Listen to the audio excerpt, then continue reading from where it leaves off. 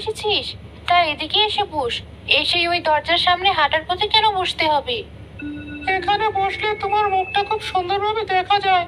আমি দেখি আর ভাবি, আমারও মা মনে হয় তোমার মতোই ছিল। মা থাকলেও হয়তো তোমার মতোই করে আমাকে ভালোবাসতেন। তা তো বাসতিনি। এই নে তোর পছন্দের তালপিঠা, কাল রাতে বানিয়েছিলাম। এই পুরো গ্রামে তুমি একমাত্র আমাকে একটু ভালোবাসো, আর বাকিরা তো সবাই শুধু দূর দূর করে। তা দূর দূর করবে না তো কি করবে? সবাই আমার বউয়ের মতো বোকা নাকি? শোন, তোকে বলে দিচ্ছি, আর আমার বাড়িতে তুই আসবি না। ছেলেটার সাথে এমন করছো কেন? এতটুকু একটা ছেলে, তার সাথে এমন ব্যবহার করতে হবে? ও একটু খাবারের জন্য আসে, কেউ তো আর ওকে কিছু দেয় না। পাবে কোথায় ও? সে চিন্তা তোমায় করতে হবে না, অনেক কাজ আছে, গিয়ে কাজ করে খাবার খাক। কিরে, এখনো বসে আছিস? মিঠু, রাগ করে চলে যাস না বাবা, পিঠা কটা অন্তত নিয়ে যা। তুমি কি করলে এটা? ছেলেটাকে খাবারটুকু খেতে দিতে পারতি। তোমার এসব দয়া দেখানো বন্ধ করো।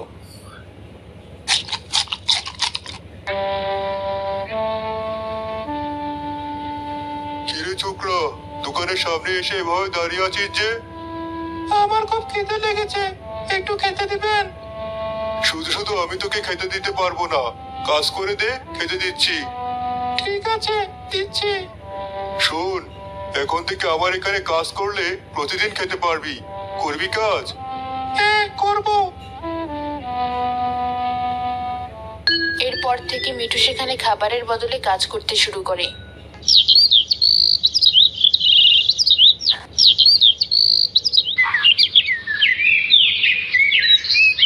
খুব খিদে লেগেছে, মহেশ চাচার দোকানে গিয়ে কাজ করে কটা ভাত খেয়ে নেই।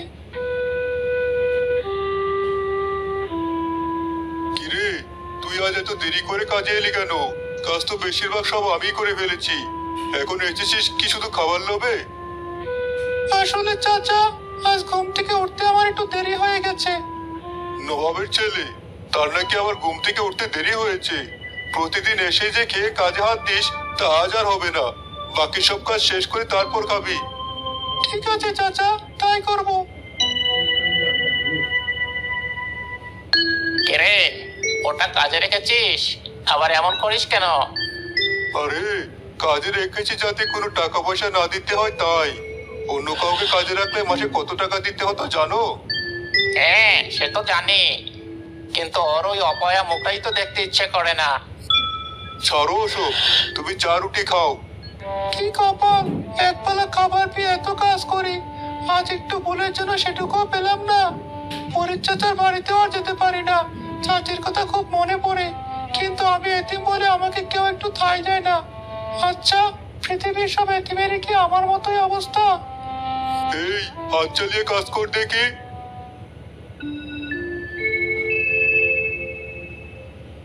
বলছি পুরো বাড়িটা পরিষ্কার করা দরকার। 2-3 বছর হয়ে গেছে বাড়িটা পরিষ্কার করা হয় না।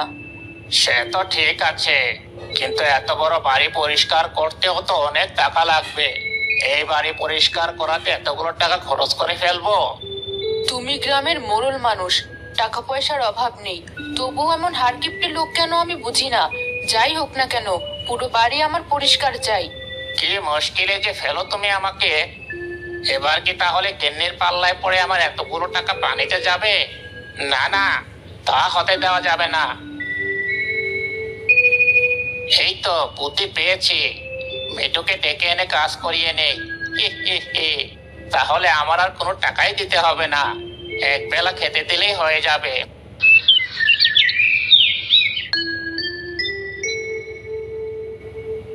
আরে, মোড়ল মশাই যে, আসুন আসুন, বসুন। আজকাল তো আপনার দেখাই পাওয়া যায় না।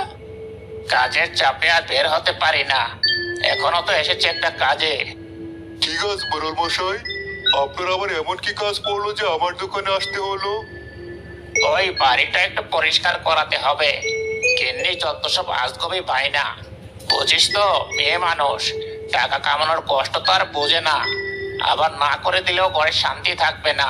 তাই এলাম মিঠুকে ডাকতে। এই মিঠু, শোন, এখানকার কাজ শেষ করে আমার বাড়ি যাবি। আমার কাজগুলো কিন্তু করে দিতেই হবে। কিন্তু মোড়ল মশাই, দোকানের কাজ শেষ করতে করতে তো সন্ধ্যা গড়িয়ে যায়, তাহলে কিভাবে আপনার কাজ করবো বলুন? এই মহেন, ওকে আজ একটু তাড়াতাড়ি ছেড়ে দিস, গিয়ে আমার বাড়িতে কাজ করবে। ঠিক আছে মোড়ল মশাই, আপনি বাড়ি যান, সময় মতো আমি ওকে পাঠিয়ে দেব। কি গিন্নি, বসে বসে কি ভাবছো? কি আর ভাববো, আজ কদিন হয়ে গেল মিঠু আর আসে না। আগে প্রতিদিন একবার হলেও আসতো। আমার এই রান্নাঘরে ঢোকার পথে এসে বসতো কতবার। তা নিয়ে ওকে বকাঝকা করেছি কত। ঘরে বাসি পচা যা থাকতো তাই খেতে দিলে এমন করে খেত, মনে হতো না জানি কি খেতে দিয়েছি। তৃপ্তি করে খেয়ে নিত। এই তোমাদের মেয়ে মানুষের এক দোষ, কেউ একটু মন গলাতে পারলেই হলো, তার জন্য একেবারে জীবন দিয়ে দিতে পারো তোমরা। সে তুমি ঠিকই বলেছো। তা না হলে কি আর মেয়ে মানুষ এত কষ্ট করে সংসার করতো? তারা কষ্ট সহ্য করে সংসার করে মায়ার টানে, নিজের পেটের দায় না। হয়েছে, তোমার এসব কথা আমি শুনতে পারবো না। এদিকে আমার নিজের সন্তান নেই, আর তুমি আছো ওই এতিমকে নিয়ে। তুমি যত যাই বলো, ওকে আমি এই বাড়িতে আসতে দেবো না। এইসব ছেলেপেলে কখন কোনটা করে বসে বলা যায়। কাজে যাচ্ছি আমি, তুমি খেয়ে নিও। মেয়ে মানুষের কষ্ট পুরুষ মানুষের কি বুঝবে? সন্তান নেই বলে সে এতিম একটা ছেলেকে আপন ভাবতে পারে না। এদিকে ওই এতিম ছেলেটাকে দেখলে আমার কষ্ট যেন কিছুটা কমতো। ওর মুখে একটু খাবার তুলে দিতে পারলে নিজের অসহায়ত্ব একটু কাটতো।